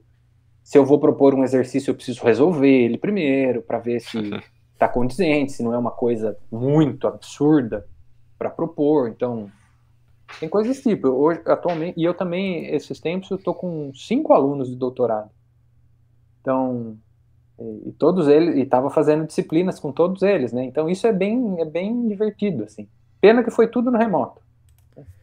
Eu consegui esses 5 alunos e a grande maioria deles só fez disciplina comigo no remoto. Então, eu não tive essa experiência de dar aula para eles no presencial, né? No presencial. Ainda assim, no remoto era mais, assim, alguns alunos deixavam a câmera aberta, eles sempre faziam perguntas falando e não pelo chat. Sim. Mas ainda assim é diferente, né? Às vezes eu fazia pergunta pelo chat só para não interromper o raciocínio do professor. Porque uma coisa que eu notava é que muitas das perguntas às vezes eram muito fora de hora ali nas aulas remotas. Aí começava uma discussão infinita, assim. Daí às vezes eu perguntava no chat pra ter certeza que aquele era o horário certo pra fazer aquela pergunta. Entendi. Daí nossa, mas às vezes eu perguntava também quando... Eu gosto, eu não ligo muito que me interrompam para fazer perguntas, né? Às vezes, tem hora que a gente tem que tomar cuidado, porque às vezes muitas perguntas interrompem realmente o fluxo da aula. Sim. E aí todo mundo acaba se perdendo mais do que ajudando todo mundo, né? Mas perguntas sempre são boas. Em geral, a pergunta de uma pessoa nunca é a pergunta só dela, né? Sim. É a pergunta de muitas outras, é que só ela teve um insight, assim. Não, é que ela na hora, ela que quis perguntar. Ela falou, não, eu vou perguntar isso aqui. E aí outras pessoas que às vezes deixavam quieto, falavam, não vou perguntar isso aqui, eu estudo depois, eu entendo depois. Aí acabavam tendo sua dúvida resolvida, né? Isso tem gente que também nem percebe que teve aquela dúvida. É uma coisa que eu já notei. A pessoa percebe quando a outra pessoa pergunta, ela falou, realmente eu não tinha entendido esse ponto, porque cada um tem uma maneira de raciocinar tal conteúdo, e às vezes a pessoa ainda tá processando o conteúdo. É comum, assim, alunos levantarem a mão simultaneamente, aí um pergunta e eu vou pro outro e falo, não, você já... Era o que ele ia perguntar também. Então isso acontece também. Aconteceu hoje, por exemplo. E uma pergunta um pouco mais pessoal, assim, quando tu passou pro concurso ali para ser professor da UFSC, né, professor de uma universidade pública, como tu falou ali, é a quinta maior do país que tu falou, né? Eu não sei exatamente. Era até algum tempo atrás. Eu não sei se ainda continua nesse ranking ou não. Mas eu acho que é por aí. Mesmo se não for a quinta, mas tá bem posicionado ali, né? Bem posicionado. Como é que tu se sente, assim, ou como é que tu se sentiu e como é que tu se sente até hoje sendo professor ali? Tu se sente feliz, assim, satisfeito? Tu acha que a instituição realmente ela é boa como dizem que é? E essa relação de universidade pública com universidade ou faculdade particulares, assim, a pública realmente está um nível acima, como as pessoas falam, ou isso já deixou de ser um fato? Não, eu gosto muito de dar aula, principalmente. Ultimamente, a única coisa que eu tenho sentido tudo bem, é um problema de verba, um problema de alguma coisa, mas eu tenho sentido a universidade no quesito infraestrutura, um pouco para trás. Para mim, ela tem ficado um pouco para trás. A gente teria que andar um pouquinho para frente com ela, principalmente agora. Assim, a gente vê prédios que estão abandonados à construção há muito tempo, e licitações que são feitas e a empresa ganha por ter feito um preço baixo, mas depois não consegue manter o preço e acaba não concluindo a obra. Fizeram obras no departamento agora e, por exemplo, no começo, não sei se foi no começo da pandemia ou no começo de 2021, algum desses tempos, falaram, não, nós vamos quebrar tudo aqui e refazer tudo bonitinho. Só quebraram. Não refizeram. Então, tá tudo meio assim. Então, nesse quesito eu acho que a gente ficou um pouco para trás com respeito a universidades particulares, onde as decisões são muito mais rápidas, né? Uma universidade particular, o dinheiro está ali, é só alguém falar faz, que é feito. Sim. Então a gente ainda tem todos esses entraves burocráticos e toda a questão de verba, né? Da onde vem o dinheiro, como vem e quanto vem. A gente tem esse problema desde sempre, né? Desde que a gente se conhece por gente, a universidade é assim, por exemplo, a universidade recebe uma verba num ano, se ela não usar toda aquela verba naquele ano, o ano seguinte vem o que ela usou menos o valor que ela não usou. Então isso é horrível, porque incentiva o gasto, às vezes, desnecessário. Tipo, vamos fazer só para gastar isso aqui. E não tem um caixa, a universidade não tem um caixa, não tem uma reserva, não tem um dinheiro ali, não tem um fundo, não tem um gestor que faça esse gerenciamento do fundo, como tem algumas universidades americanas, né? Por exemplo, nas universidades da Ivy League lá, eles têm os fundos, e são fundos bilionários, são bilhões de dólares que eles têm de dinheiro ali que gera renda para a universidade, e com aquilo a universidade faz as melhorias necessárias, né? Sim. Então, tem toda uma questão de... Isso não é culpa de uma pessoa ou outra, é um problema maior, né? Um problema de burocracias e entraves institucionais que a gente tem que é difícil andar, né? Mas, do resto, assim, por exemplo, no departamento de matemática, eu adoro trabalhar lá, é um clima muito tranquilo. Eu conheço outros departamentos, até de matemática também, de outras universidades, onde é um pandemônio, assim, são professores com processo contra outros professores e brigas intermináveis em reuniões de departamento. Aqui não é tanto assim, não, é bem tranquilo, o pessoal vai com bastante leva com bastante leveza o dia a dia dentro da universidade. Como eu falei, o que pega é a questão da infraestrutura mesmo. Questão de, às vezes falta água no prédio, às vezes falta papel higiênico no prédio, às vezes você vai parar, tem poça d'água. Não tô mais cortando grama ali na UFSC. Isso grama. Isso então, eu tô vendo que tá tenso quando eu vou pra UFSC. E esse tipo de coisa não é o tipo de coisa que incomoda todo mundo, mas me incomoda muito. Eu fico muito incomodado, sabe, com esse tipo de, vamos colocar assim, desleixo com a questão da infraestrutura, porque querendo ou não, eu estava discutindo até isso mesmo com alguns colegas meus esses dias, que parece superficial você pedir, não, a universidade não tem dinheiro para tal coisa, mas você quer que ela arrume a rua. Cara, querendo ou não, isso faz diferença no nosso dia a dia. Faz diferença, muda o senso de orgulho que você tem com a universidade. Né? Se você tem uma universidade bonita, segura, com acessibilidade para... Cara, hoje você vai ver na universidade como é que um cadeirante se locomove na universidade. Infelizmente não vai. Ele não consegue ir do prédio da matemática para o prédio da física que é logo atrás. Ele não consegue. Não consegue. Por quê? Porque não tem pavimento. A ligação do prédio da matemática para o prédio da física, que é logo atrás, não é pavimentada mais. Porque quebraram o pavimento e não refizeram. Então o cara não consegue. Quanto mais se deslocar, por exemplo, da matemática até o CTC, por exemplo. Não vai. Entendeu? Aquela entrada ali da frente da biblioteca ali setorial, que tem o carro, uma que entra e o carro sai, né? Você entra ali para matemática, para o EFI, tem o estacionamento ali. Aquela parte, cara, tem um buraco imenso ali. Como é que você vai passar com o seu carro ali? Então, isso é ruim. Sim. Certo? Porque quando você tem uma universidade segura e bonita, as pessoas têm mais orgulho e têm mais vontade de estar lá. Sim. Certo? Hoje Sim. em dia, eu converso com várias pessoas e o relato de algumas delas é sempre esse. Eu não tenho vontade de estar ali, muito por causa da questão da infraestrutura. Não é por nenhuma questão de que o ensino é ruim, não é por isso. É pela questão da infraestrutura. Então, isso para mim me incomoda muito. Mas no resto, no quesito ensino, eu acho que nós estamos muito bem. No quesito de graduação, de pós-graduação, eu acho que está em par com outras universidades por aí.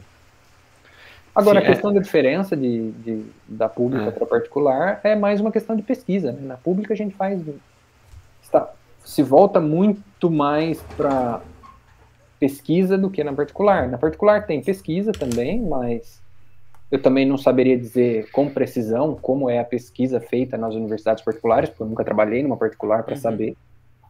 Mas a grande diferença é essa, né? Mas tu já deve ter conversado com algum professor, assim, de matemática de universidade particular, né? Ou tu não conhece ninguém, olha, assim?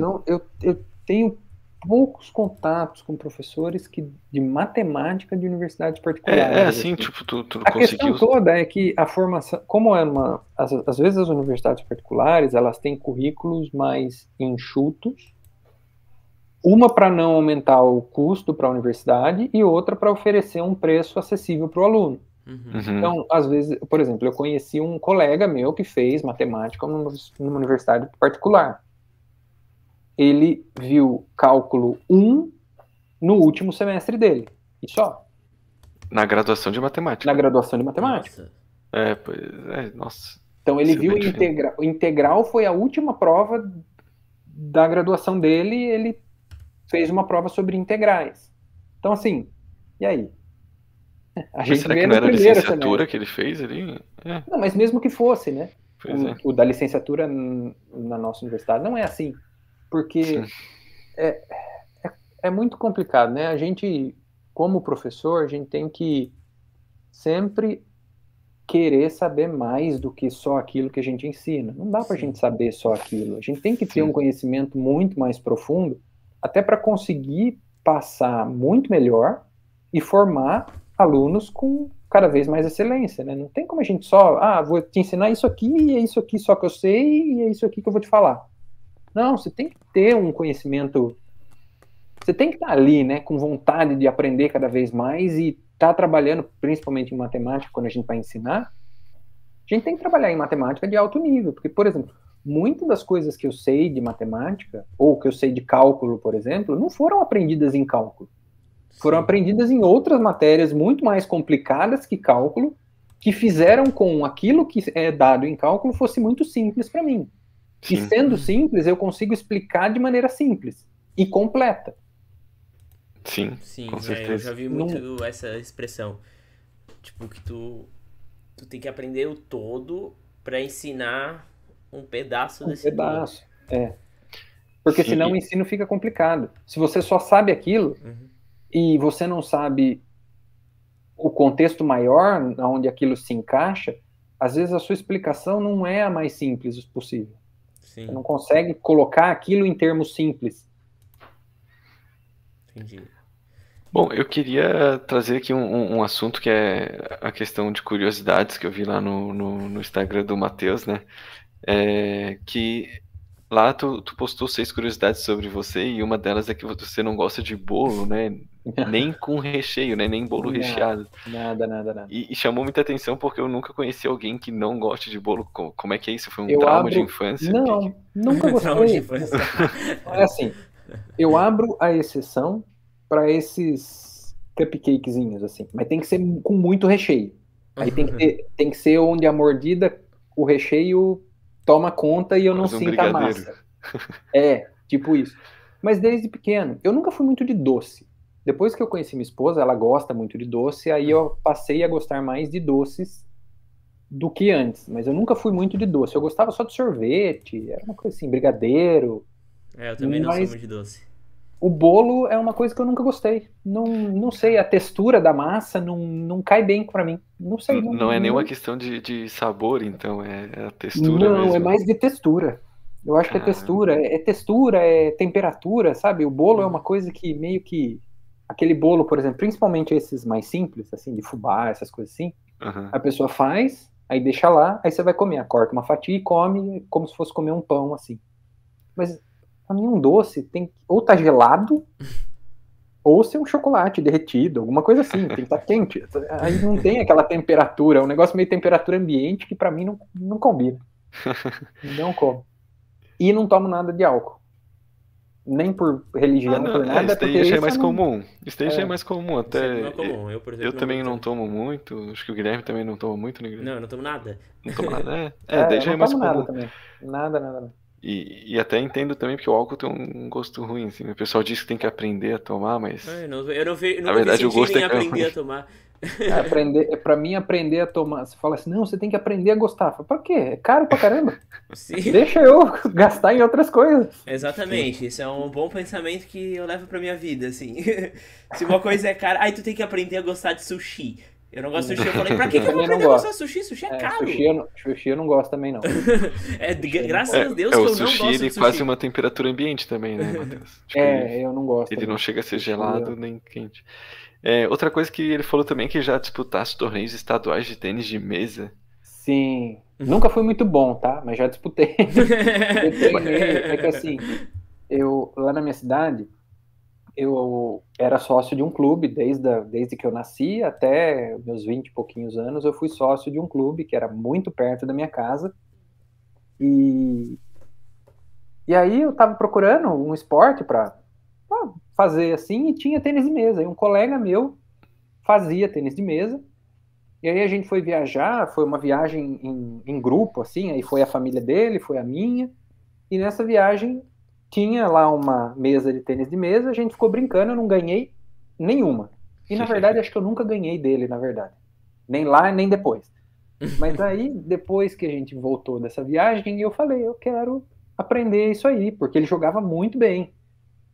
Eu falei, eu quero aprender isso aí. E fui no clube e comecei a jogar, e joguei ali uns 4 anos. E desses quatro, uns Nossa. 2 e meio, eu disputei torneios. Nunca fui muito bom, era bem mediano, assim. Eu ficava até com raiva, porque eu tava lá 2 anos e meio jogando, aí entrava uns moleques novos, assim, para jogar. Em Era 3 meses melhor. eles já estavam ganhando de mim. Eu falava, caramba, eu sou muito ruim. Mas eu gostava, era uma atividade que me divertia bastante. Mas rolava, nesses torneios, rolava aquele negócio de ficar bem longe da mesa, igual a gente vê nas Olimpíadas, assim? Ou não chegava nesse nível?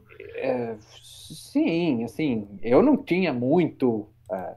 Como falei, eu não jogava muito bem, não. Mas assim, tinha. Jogava Para colado na mesa. jogos de adultos e tudo mais, tinha. Tinha. Eu nunca joguei contra, mas em torneios que eu fui, tinha desses que foram para as Olimpíadas.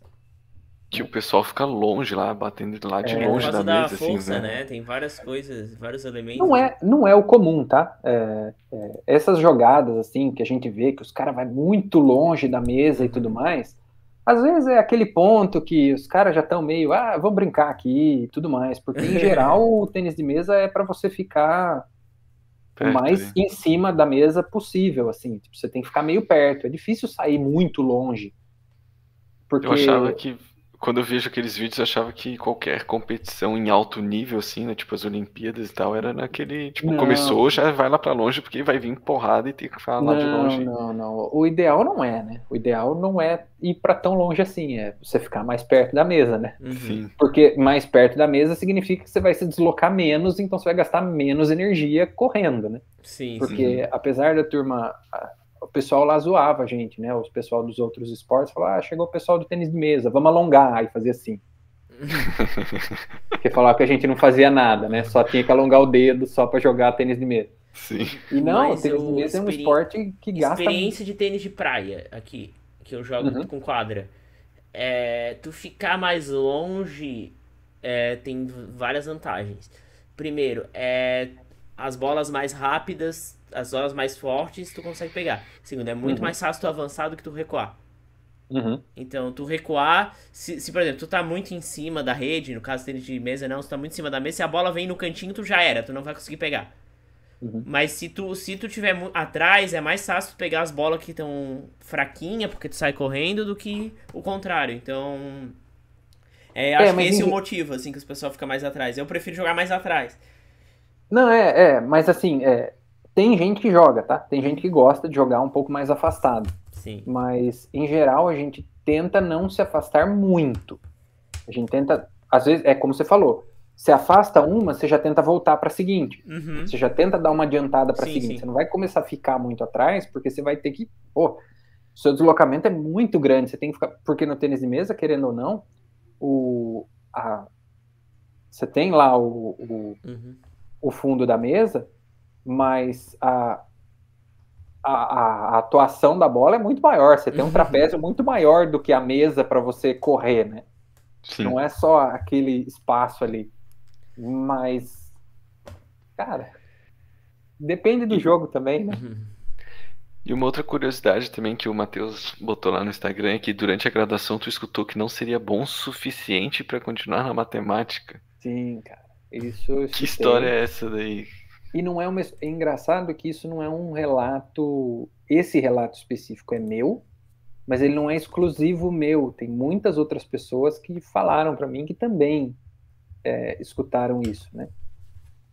Mas assim, nesse caso específico, foi assim, era final de curso já, estava nas últimas fases do curso e alguém, eu não vou nem falar quem era, mas alguém chegou e falou... Mas não era professor? Sim, mas não vou falar quem era. Ah, tá. Sim, era professor.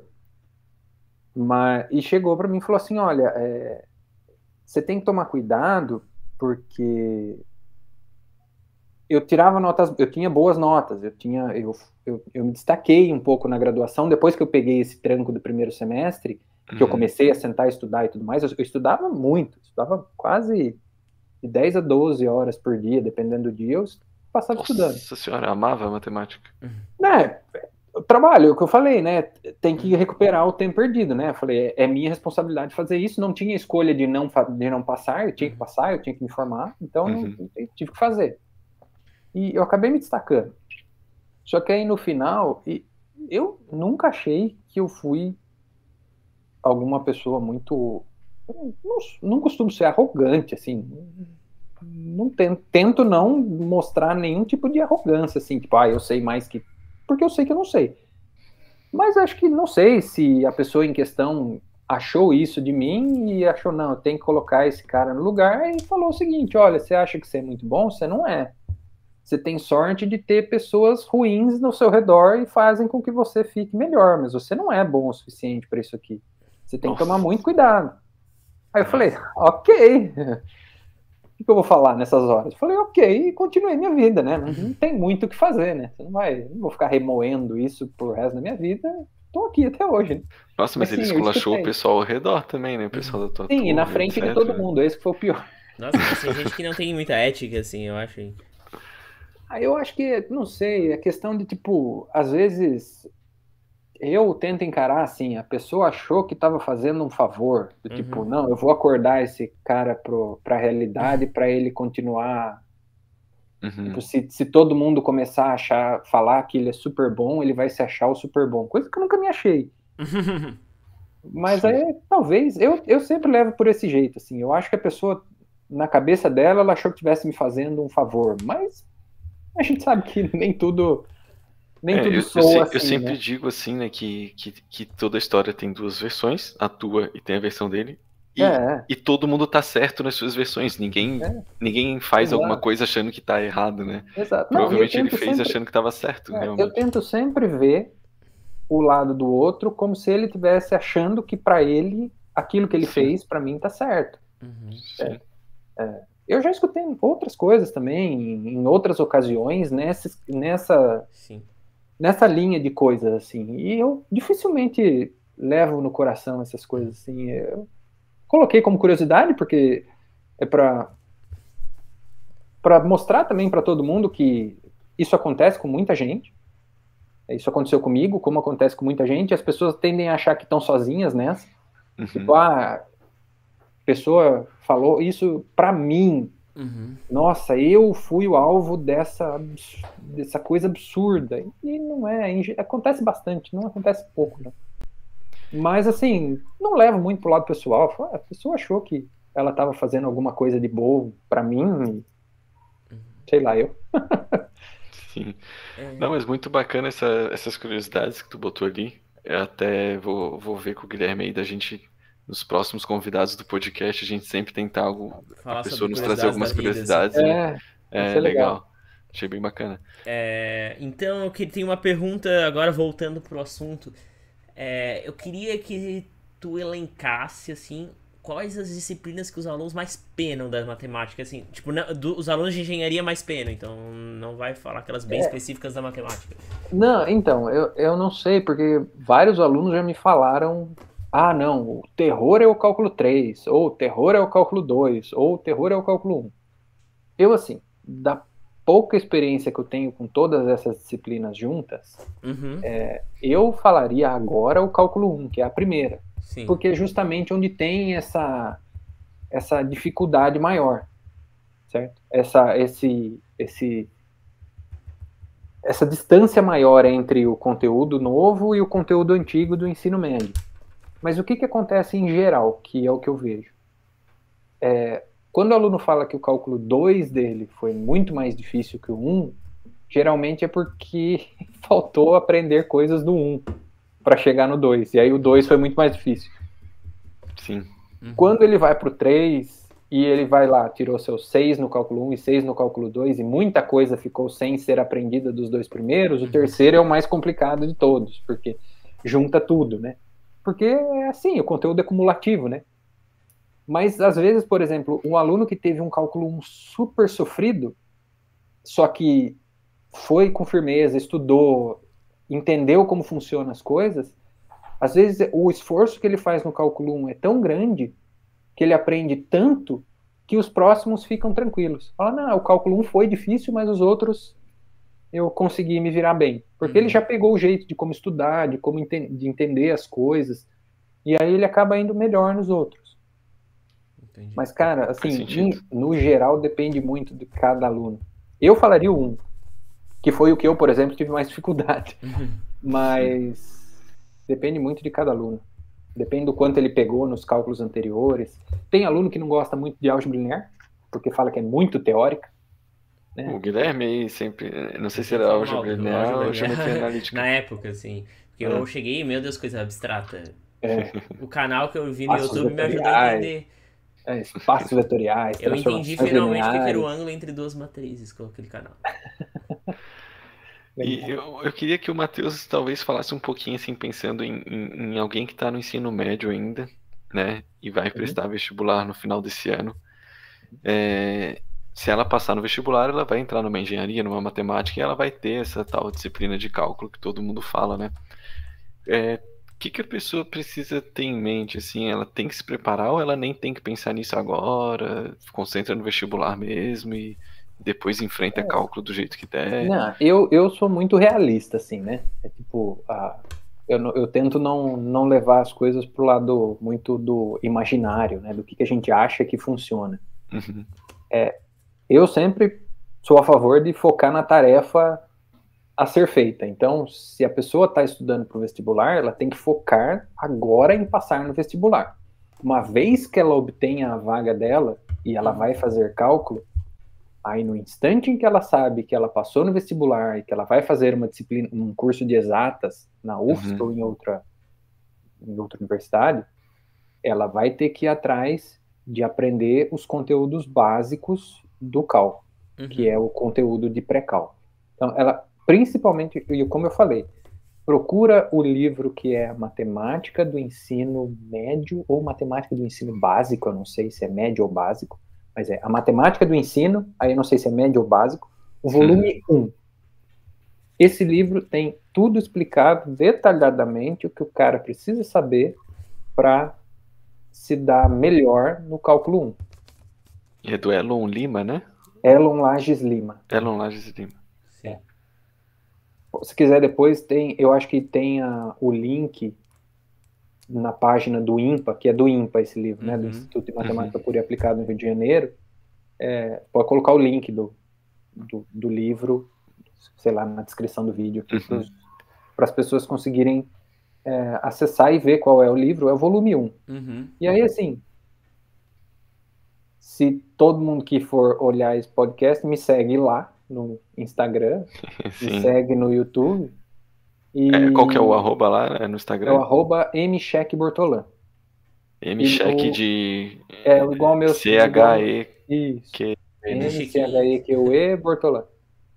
E o YouTube não muito, porque o YouTube é mais para aulas de cálculo, né? Mas se vocês quiserem me seguir e ver cálculo depois, também. Eu estou à disposição para resolver dúvidas de pré-cálculo, por exemplo, dos alunos. Eu sempre me coloquei à disposição para resolver isso. Isso não tem problema nenhum. Tu dá aula particular também, não? Não, aula particular não. Conheço muitas pessoas que dão. Então, se quiserem entrar em contato comigo, eu posso direcionar a pessoas boas que dão ótimas aulas particulares. Mas o mais importante de tudo é, uma vez que você entrou, você tem que entender que a responsabilidade é sua de estudar. A culpa pode não ser, mas a responsabilidade é. Entendi. E no fim das contas, é não ter a visão distorcida de que, uma vez que você entrou na universidade, você ganhou o seu diploma e todos os professores e as disciplinas que estão ali no meio são obstáculos para você chegar no seu diploma. Não é isso. Quando você entra na universidade, você ganha a oportunidade de adquirir o conhecimento através das disciplinas para ter um nível necessário para receber o seu diploma lá no final.